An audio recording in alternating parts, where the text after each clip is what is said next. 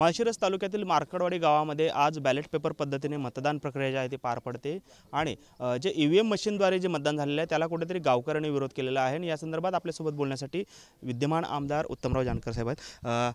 काय सांगाल सर, काय नक्की विरोध आहे? आज बॅलेट पेपरवर मतदान होतं या गावामध्ये, काय नक्की भूमिका आहे? नाही, या गावाचं मत आहे की 1000 मताचं मताधिक्य उत्तमराव जानकर या उमेदवाराला पाहिजे, म्हणजे तुतारीला हे मताधिक्य असलं पाहिजे। या ठिकाणी जे ईव्हीएममध्ये मतदान केलं गेलं ते मायनसमध्ये दाखवलेलं आहे आणि मग हे जर अशा पद्धतीचं मतदान गेलं असेल तर आम्ही खात्री करू बॅलेट पेपरवरती आणि प्रसारमाध्यमाच्या समोर प्रसारमाध्यमाने ही निवडणूक त्यांच्या लाईव्ह करावी, त्यांच्या समोर व्हावं आणि हेच निवडणूक आयोगापर्यंत प्रसारमाध्यमाच्या माध्यमातून जावं, हा उद्देश गावकऱ्यांचा आहे। त्या पद्धतीनं या ठिकाणी मतदानाची तयारी झालेली आहे। खरं तर बॅलेट पेपर पद्धतीने मतदान घेऊ नका परवानगी मागितलेली होती, ती नाकारली गेली। त्याशिवाय जमावबंदी देखील गावामध्ये लागू केली गेलेली आहे। प्रशासनाचा तीव्र विरोध आहे, काय भूमिका आहे? नाही, मला समजत नाही प्रशासन विरोध का करतंय। या ठिकाणी पडताळणी होणार आहे आणि याच्यात काय कुणी सर्टिफिकेट देणार नाही, फक्त गावाची खात्री करून बघणार आहे। या पलीकडे त्यामध्ये दुसरा उद्देश काय नाही किंवा काय असायचे कारण पण नाही। पण मग राम सातपुतेंचा असा दावा आहे की मी या गावामध्ये काम केलेलं होतं आणि त्यामुळेच मला कुठेतरी या पद्धतीचं मतदान जे आहे, मताधिक्य जे आहे ते मिळालेलं आहे।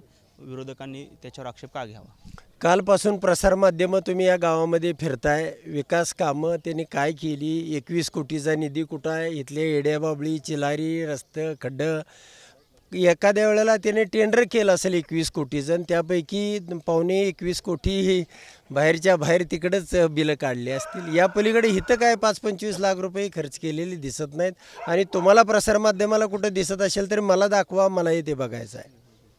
मग काय म्हणणं आहे? तुम्ही कोर्टात जाण्याची भूमिका घेतलेली आहे या संदर्भात या सगळ्या? नाही, नक्कीच या माध्यमातून ज्या वेळेला हे ट्रायल मतदान हे सुद्धा कोर्टाला दाखवलं जाईल आणि त्या माध्यमातून कोर्टामध्ये सुद्धा जाण्याची तयारी आहे। काय घोळ झाला आहे ईव्हीएममध्ये? जसं तुम्ही दावा करताय की एकाच एक मतदान किंवा एकाच दोन मतदान, काय नक्की हा प्रकार काय आहे? ते मी तुम्हाला प्रॅक्टिकल त्यामध्ये सांगावं लागेल। त्याचं प्रेझेंटेशन आम्ही एक मशीन मागितलेलं आहे, निवडणूक आयोगालाही द्यायचं आहे आणि सगळ्या तुमच्या मीडियालाही द्यायचं आहे। त्याच्यामध्ये सुधारणा करणं गरजेचं आहे। हे चुकीच्या पद्धतीनं झालेलं आहे, माझ्या मतदारसंघामध्ये झालेलं आहे। त्यामुळं माझाच नुसता नाही, गावकऱ्यांचा सुद्धा आक्षेप आहे, गावसुद्धा तेवढंच ठाम आहे, सगळा तालुका त्यावरती ठाम आहे आणि म्हणून ती जी पुढची प्रक्रिया आहे प्रेझेंटेशन देणं किंवा ते दाखवणं, त्याचे पुरावे देणं, हे आपल्याला भविष्यात करावं लागणार आहे। तुम्ही असं म्हणताय की मागील निवडणुकीमध्ये त्यांना 56,000 मतं पडल्याचा दावा आहे, लोकसभेला देखील कमी मतदान झालेलं आहे, मग आताच ते वाढलं कसं?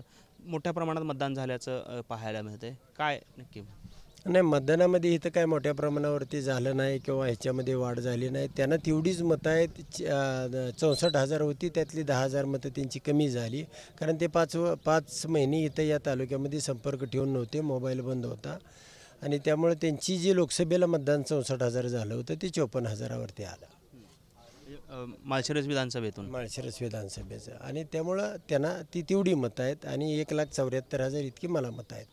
पण मग आता प्रत्यक्षात त्यांना 1,08,000 मतं पडल्याचं त्यांनी जाहिराती देखील प्रसिद्ध केल्या होत्या। हा, तो इश्यू आहे आणि तोच इश्यूच्या माध्यमातून या लोकांनी इथं की प्रॅक्टिकली या गावामधनं जे मतदान 1,003 गेले ते या ठिकाणी जातं आहे का आणि खरोखर ती परिस्थिती आहे का, हे लोकांना बघायचं आहे। ग्रामस्थांना मतदानाला येऊ नका अशा पद्धतीची धमकावलं जाते असा आरोप आपण करताय। आणि काल दिवसभरामध्ये तुमच्याही मीडियाच्या माध्यमातून तुम्ही पाहिलं असेल, गावामध्ये सगळ्या लोकांना दहशतीचं वातावरण, या ठिकाणी तुम्ही पोलीस फोर्स बघितल्या, आता जवळजवळ 15-16 गाड्या का मग एक लागलेल्या आहेत, सगळ्या या ठिकाणी बंदोबस्त पोलिसांचा वाढवण्यात आलेला आहे। नेमकं काय करते प्रशासन बघायचं आहे, लोकांनी आता तयारी केलेली आहे। समजा प्रशासनाने ही प्रक्रिया होऊ दिली नाही तर काय भूमिका असते?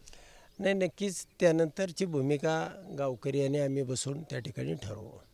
तर हे होते आमदार उत्तमराव जानकर आणि त्यांचा दावा आहे की कुठेतरी ईव्हीएममध्ये जो घोळ आहे तो समोर यावा, यासाठीच ही संपूर्ण बॅलेट प्रक्रियेवरती मतदान प्रक्रिया आहे ते आम्ही पार पाडतो, त्यामुळे आम्हाला प्रशासनाने सहकार्य करावं अशी भूमिका त्यांनी घेतली आपल्याला पाहायला मिळते। कॅमेरामन विनोद नाबादकरसह सागर सुरवसे, TV9 मराठी, माळशिरस।